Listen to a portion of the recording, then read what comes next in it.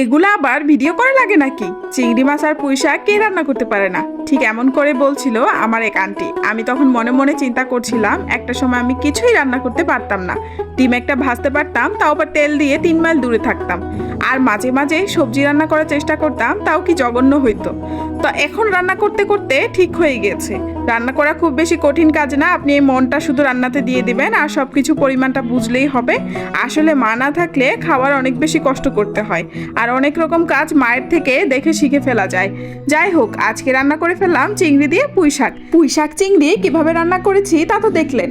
তারপরে বলে দিচ্ছি, প্রথমে শাকগুলোকে ছোট ছোট করে কেটে নেবেন, ভালো করে দেখে কাটবেন। শাকে অনেক রকম পোকা থাকে, পাতাটা ফেলে দিলেই চলে। আর খেয়ে ফেললে মনে করবেন এক্সট্রা ভিটামিন। তারপরে প্যানে তেল দিয়ে পেঁয়াজ রসুন বাটা, তারপর হলুদ মরিচ লবণ সাথে চিংড়িগুলা দিয়ে কষিয়ে নেবেন। তারপর শাকগুলা দিয়ে ঢেকে নেবেন। শাকের পানি দিয়ে রান্না হয়ে যাবে।